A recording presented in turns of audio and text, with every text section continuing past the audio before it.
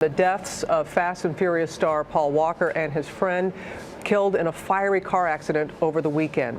Investigators working right now to determine the cause of the wreck. What they found in Paul Walker's garage after his death shocked everyone in a way no one expected. The garage was not just a place for cars, but a hidden world filled with rare machines, unfinished projects, and personal treasures that told a deeper story about who he really was. Every corner seemed to hold something meaningful, from powerful engines to rare collector vehicles that most people had never even seen before. What else could have been hiding there? And why did it shock everyone so deeply? Join us as we uncover this hidden garage mystery. Inside the garage collection and ownership maze. At the center of the collection were vehicles that blurred the line between collector-grade art and mechanical weaponry. These were not ordinary cars stored for display only. They were machines that carried both high value and extreme performance identity. Each vehicle reflected a strong focus on engineering, speed, and rarity, making the entire collection stand out as something far beyond a normal celebrity garage. Among these vehicles was a 1995 BMW M3 Lightweight, one of fewer than 130 ever made. It was essentially a factory-built, track-focused car, designed with performance in mind rather than comfort or luxury. It was also reported that Paul Walker owned 5 of these models, showing how deep his interest was in this specific performance machine and how seriously he treated rare automotive builds. Nearby sat a Celine S7, a carbon fiber American hypercar known for its extreme speed and rarity. This vehicle represented raw performance engineering and stood as one of the most aggressive American supercars of its time. Alongside it were Ford GTs, multiple Porsche 911s, and a Toyota Supra Turbo. The Supra Turbo also served as a subtle connection to his Fast and Furious roots, linking his personal collection to the on-screen world that made him globally recognized. However, it was the Skyline GTR collection that truly left fans and enthusiasts speechless. Paul Walker was not content with factory versions or standard showroom specifications. Instead, he imported and personally modified several Nissan R32 and R34 GTR models. These cars were upgraded with racing components and supported by handwritten tuning logs, showing a hands-on and deeply technical approach to performance improvement. One particular R34 GTR stood out even more. It was rumored to be the exact car used in the Fast and Furious franchise. This specific vehicle was kept in private storage, preserved carefully as an untouched piece of both movie history and Japanese domestic market performance culture. It remained out of public view, adding to its mystery and significance. Within the wider collection, some cars were unregistered, while others were barely street legal. A few had never been photographed publicly at all. This showed that the garage was not built for public attention or display. Instead, it functioned as a controlled space for rare and highly specific machines, many of which were kept away from public knowledge entirely. It became clear that this was not a celebrity garage built for show.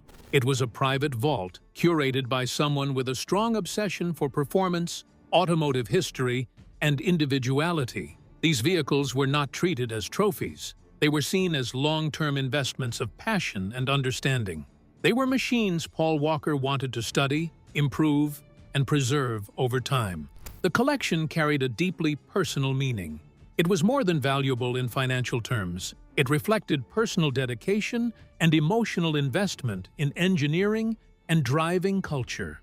Yet, as people examined the collection more closely, another surprising detail emerged. Paul Walker never intended for much of it to be easily discovered or clearly understood by outsiders. As investigators, family members, and business managers reviewed the garage inventory, they uncovered a complicated structure behind ownership. Many of the cars were not registered under Paul Walker's personal name. Instead, they were listed under a performance company called Always Evolving. This was a motorsports and tuning business co-founded by Paul Walker and his close friend and fellow racing enthusiast Roger Rodas, who tragically passed away alongside him in the 2013 crash. On the surface, always evolving, functioned as a high-end racing and tuning shop. It was known for modifying supercars and participating in time attack and GT racing events. However, internally, it also operated as a vehicle holding structure. It was designed to protect owner identity and manage high-value performance assets with added privacy and organization. Through this structure, dozens of Paul Walker's cars were technically corporate-owned. This created multiple layers of privacy and legal complexity around the collection. After his death, this setup led to immediate confusion. It became unclear who truly owned the vehicles in a personal sense, whether it was the company or Paul Walker himself. In some cases, ownership titles were split. In others, cars had pending modifications financed through shop credit. Some vehicles were consigned for future sale, while others were marked for private auction or charity involvement through Reach Out Worldwide. This organization connection added another layer to how certain assets were intended to be handled. This was not a simple record of ownership. It was a complex system that made the collection difficult to separate into clear categories. The structure likely served several purposes at once, including tax shielding, insurance advantages, and increased discretion around valuable automotive assets. However, it also made it extremely difficult to distinguish Paul Walker's personal property from business inventory. This became even more complicated as Always Evolving began to dissolve following the deaths of Roos and Walker. As the structure weakened, legal and financial pressure increased around what remained of the collection. Lawsuits soon followed. Creditors and other parties came forward, seeking claims related to the collection's estimated value of over $18 million. What had once been a private and carefully managed garage quickly turned into a legal battleground. The situation became filled with uncertainty, with more secrets than clear ownership records and more questions than confirmed answers. Among the most controversial parts of the collection were the Japanese domestic market cars. These included illegally or barely legally imported vehicles from Japan. Paul Walker's strong passion for Japanese performance machines, especially the Nissan Skyline GTR, was well known. However, what raised serious attention was the method used to bring some of these cars into the country: hidden notes and unfinished builds.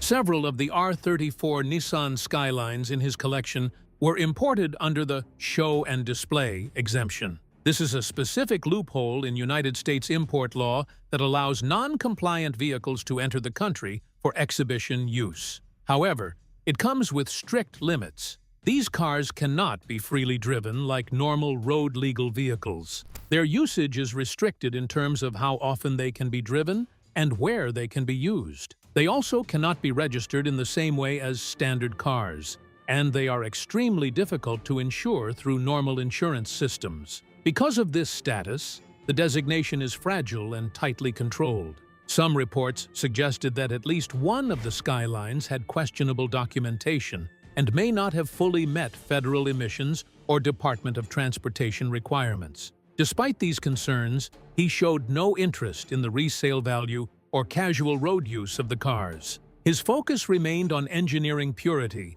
and owning the vehicles exactly as they were originally built in Japan, without any changes or compromises to their design.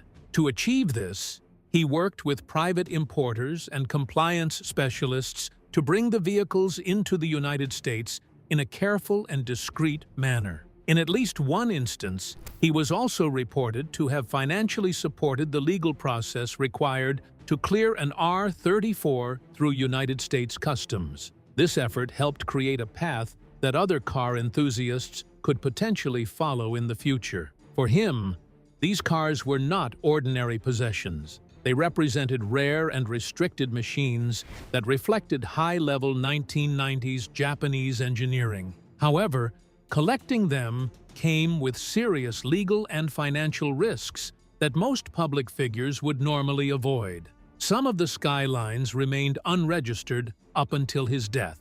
Others were still in the middle of compliance work, with partial modifications being carried out to meet Department of Transportation requirements. This situation reflects a consistent mindset focused on passion and obsession, with a willingness to accept rule challenges in order to preserve the cars in their original form. As the collection was later inspected and documented for valuation and possible sale, his garage revealed much more than rare automotive machines. It exposed personal memories, intentions, and detailed thoughts preserved in small handwritten notes. These notes were found in glove boxes, center consoles, and hidden compartments throughout several vehicles. They included scraps of paper, notepads, and even torn receipts containing tuning data, part numbers, and detailed performance observations for each car. The most striking aspect of these discoveries was not the technical information, but the emotional meaning behind them. One note found inside an R34 Nissan Skyline described how the driving experience felt during night use, expressing sensations of freedom, smooth motion, intensity, and a strong sense of being alive. Another note found inside a lightweight BMW M3 simply stated a strong personal preference for the condition of the vehicle and a warning to never sell or trade it. These details showed that the cars were treated as more than machines. They were personal companions and meaningful experiences. Additional materials found in glove boxes included track records and suspension tuning logs. These documents contained alignment settings, tire feedback notes, and preferred engine shift points. Each record showed careful attention to performance and driving behavior, reflecting continuous involvement in fine adjustments rather than casual ownership. One of the most emotionally significant notes was reportedly found inside a GTR. It contained a written message indicating that the car was intended for his daughter, Meadow, with the idea that she would drive it in the future. This added a personal and family-focused layer to the collection, showing long-term intention beyond ownership. Not all vehicles in the garage were complete or ready for display. Several were discovered in partially dismantled conditions, mid-restoration, or stripped down to their frames. These were not investment pieces, but active projects that were still being worked on before his death. Tools were still placed near some of the cars, and wiring systems were partially installed. One American muscle car even had masking tape on the dashboard with a handwritten checklist of tasks that still needed to be completed. Inside Paul Walker's unfinished garage, Legacy 1 project, a gutted Datsun 240Z was believed to be his next personal driver. Another was a 1960s-era American muscle car that he was reportedly restoring for a close friend. These were not just mechanical shells. They were chapters he never got to finish. Walking through the garage was difficult for those left behind, because every unfinished build stood for more than a half-completed car. It stood for a future that never fully came to life. In a world where many celebrities attach their names to projects they barely touch, Paul Walker was different. He lived in the process and truly valued the build itself. The half-finished cars felt like his final message to the world. It was never about image or attention. It was about real work, steady effort, and respect for every stage of creation. Among the hypercars and tuner legends, something unexpected stood out. Several vehicles had handwritten tags taped to their dashboards. Some carried only 2 letters, RO, while others read Charity Auction ROWW. RO stood for Reach Out Worldwide, a nonprofit disaster relief organization Paul Walker founded in 2010. It was his quiet way of giving back, sending volunteers into areas hit by hurricanes, earthquakes, and fires to deliver urgent aid where it was needed most. Some of his most valuable cars were linked to this mission. One was a heavily modified 1993 Toyota Supra, similar in spirit to his Fast and Furious car, but never shown on screen.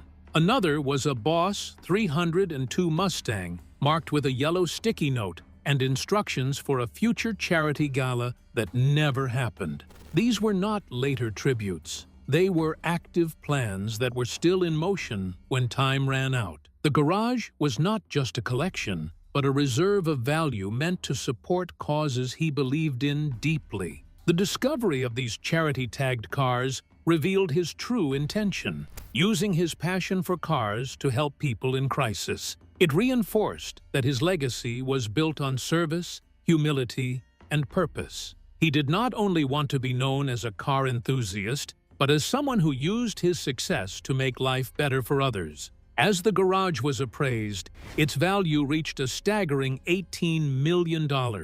This created a legal storm due to changing ownership structures and shared assets. His estate, led by his father as executor and his daughter Meadow as the primary heir, had to untangle co-ownerships, titles, and informal agreements. Some cars were still in his name, others under company registration, and several had missing titles altogether. Creditors and former business associates then came forward claiming parts of the collection. Disputes grew over sales, transfers, and ownership rights. What began as a careful process of cataloging a personal collection turned into a long legal battle over documents, claims, and value. Eventually, some of the cars were sold at auction to settle the disputes. The estate, the cars, and the hidden legacy.